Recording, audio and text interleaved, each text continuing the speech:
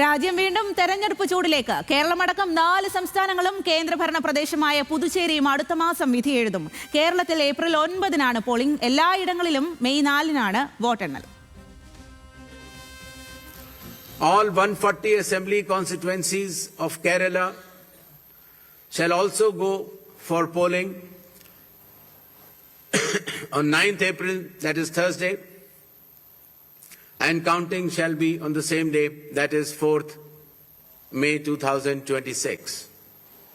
And the counting shall be on the same day for all the 5 states/UT, that is 4th of May 2026. കേരളത്തിനൊപ്പം 4 സംസ്ഥാനങ്ങളും വിധിയെഴുതും. പശ്ചിമബംഗാളിൽ 2 ഘട്ടമായാണ് തെരഞ്ഞെടുപ്പ്. തമിഴ്നാട്ടിൽ വോട്ടെടുപ്പ് April 23-നാണ്. കേരളത്തിനൊപ്പം April 9-ന് അസമും പുതുച്ചേരിയും വിധിയെഴുതും. വിവരങ്ങളുമായി ശരത് ലാലാണ് നമുക്കൊപ്പം ചേരുന്നത്.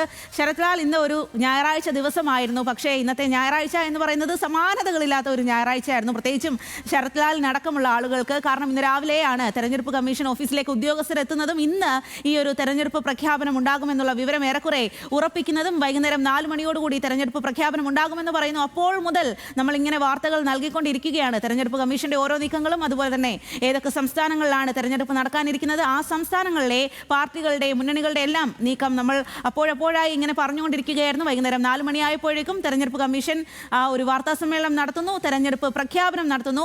അപ്പോൾ ഇതിനുള്ള ഒരുക്കങ്ങളെല്ലാം നേരത്തെ തന്നെ പൂർത്തിയായിരുന്നു. ആ തീയതികൾ ഏതാണ് എന്ന് മാത്രമായിരുന്നു അറിയേണ്ടത്.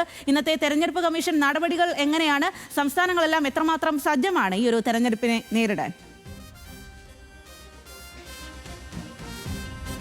സ്വാതി, തിരഞ്ഞെടുപ്പ് കമ്മീഷനിൽ വളരെ കാലേക്കുട്ടി തന്നെ ഈ തെരഞ്ഞെടുപ്പ് സംബന്ധിച്ച മുന്നൊരുക്കങ്ങളൊക്കെ പൂർത്തിയായി എന്നതാണ് നമുക്ക് ഇന്നത്തെ അദ്ദേഹത്തിൻ്റെ പത്രസമ്മേളനത്തിൽ മനസ്സിലാവുന്നത്.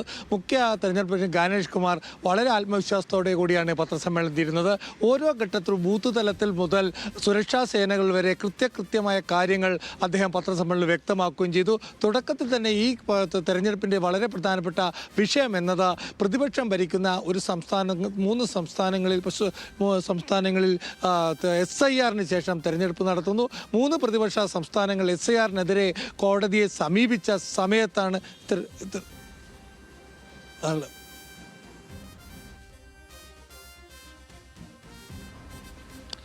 അപ്പോൾ അത് തെരഞ്ഞെടുപ്പ് പ്രഖ്യാപനത്തിലേക്ക് കടന്നിരിക്കുന്നു. അതിൻ്റെ കേരളമടക്കം 4 സംസ്ഥാനങ്ങളിലും പുതുച്ചേരിയിലുമുള്ള തെരഞ്ഞെടുപ്പ് തീയതികളാണ് ഇന്നിപ്പോൾ പ്രഖ്യാപിച്ചിരിക്കുന്നത്. രാജ്യം വീണ്ടും തെരഞ്ഞെടുപ്പ് ചൂടിലേക്ക് കടക്കുന്നു എന്നുള്ളതാണ്. കേരളമടക്കം 4 സംസ്ഥാനങ്ങളും കേന്ദ്രഭരണ പ്രദേശമായ പുതുച്ചേരിയുമാണ് അടുത്ത മാസം വിധി എഴുതുന്നത്. കേരളത്തിൽ ഏപ്രിൽ 9-നാണ് പോളിംഗ്. എല്ലായിടങ്ങളിലും മെയ് 4-നാണ് വോട്ടെണ്ണൽ. ഇന്ന് വൈകുന്നേരം 4 മണിയോടുകൂടിയിട്ടാണ് കേന്ദ്ര തെരഞ്ഞെടുപ്പ് കമ്മീഷന്റെ വാർത്താ സമ്മേളനം ഉണ്ടാകുന്നതും ഈ തീയതികൾ അടക്കം പ്രഖ്യാപിക്കുന്നതും എന്നുള്ളതാണ്. 23 മുതൽ നാമനിർദ്ദേശ പത്രിക സമർപ്പിക്കാം. മാർച്ച് 24-ന് സൂക്ഷ്മ പരിശോധന. അതിന് പിന്നാലെ 26 വരെ നാമനിർദ്ദേശ പത്രിക പിൻവലിക്കാനുള്ള നീക്കവുമുണ്ട്. ശരത് ലാൽ വിവരങ്ങൾ നൽകിക്കൊണ്ടിരിക്കുകയായിരുന്നു. ശരത് ലാൽ, തുടരാം. വളരെ പ്രധാനപ്പെട്ടത് സ്വാതി, ഈ തെരഞ്ഞെടുപ്പ് പ്രത്യേകത SIR നടപ്പിലാക്കിയ 3 പ്രതിപക്ഷ സംസ്ഥാനങ്ങളിലെ SIR-നെ കടുത്ത രൂക്ഷമായി സുപ്രീം കോടതിയിൽ കേസ് കൊടുത്ത 3 സംസ്ഥാനങ്ങളിൽ നടക്കുന്ന തെരഞ്ഞെടുപ്പ് എന്നുള്ളതാണ്. അതുതന്നെ വളരെ ഘട്ടം ഘട്ടമായി, അല്ലെങ്കിൽ വളരെ സൂക്ഷ്മതയോടെ, അതുകൊണ്ട് തന്നെ വളരെ സൂക്ഷ്മതയാണ് മുഖ്യ തെരഞ്ഞെടുപ്പ് കമ്മീഷൻ ഈ തെരഞ്ഞെടുപ്പ് നടത്തിപ്പിനെ വരച്ചു കാട്ടിച്ചത്. 100% വെബ്കാസ്റ്റിംഗ്, അതേപോലെ മൊബൈൽ സൂക്ഷിക്കാനും വെള്ളം നൽകാനും, അതേപോലെ തന്നെ ഹെൽപ്പ് ഡെസ്കും, അതേപോലെ തന്നെ 100 മീറ്റർ അകലത്തേക്ക് പോളിംഗ് ബൂത്തുകൾ, പോളിംഗ് ഏജന്റ് വരെ മാറ്റുന്നടക്കമുള്ള നിരവധി നിർദ്ദേശങ്ങളും ഈ തവണ വ്യക്തമാക്കിയിട്ടുണ്ട്. സുരക്ഷാ സൈനികരുടെ വിന്യാസം പോലും പരസ്യമായി കാര്യങ്ങൾ. പിന്നെ വെബ്കാസ്റ്റിംഗ് വളരെ പ്രധാനപ്പെട്ടത്. ഓരോ 2 മണിക്കൂർ ചെയ്യുമ്പോഴും പൊതുജനങ്ങൾക്ക് പോലും ഏത് ബൂത്തിൽ എത്രത്തോളം വോട്ട് ചെയ്തു എന്ന കാര്യം ലഭ്യമാക്കും എന്നും കൂടി അദ്ദേഹം അവകാശപ്പെടുന്നുണ്ട്.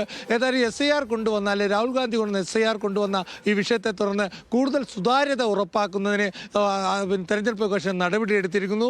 തോറ്റ സ്ഥാനാർത്ഥിക്ക് ഒരു നിശ്ചിത തുക പണമായി അടച്ചാൽ വിപാറ്റും തെരഞ്ഞെടുപ്പ് മിഷനും ഒത്തുനോക്കാമെന്നും കൂടി ഈ തവണ അദ്ദേഹം പറഞ്ഞിട്ടുണ്ട്.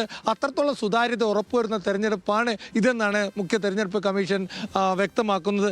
ഏതായാലും ഉത്തരേന്ത്യയെ സംബന്ധിച്ചോളം 2 പ്രധാനപ്പെട്ട സംസ്ഥാനങ്ങളിലാണ് തെരഞ്ഞെടുപ്പ് നടക്കുന്നത്.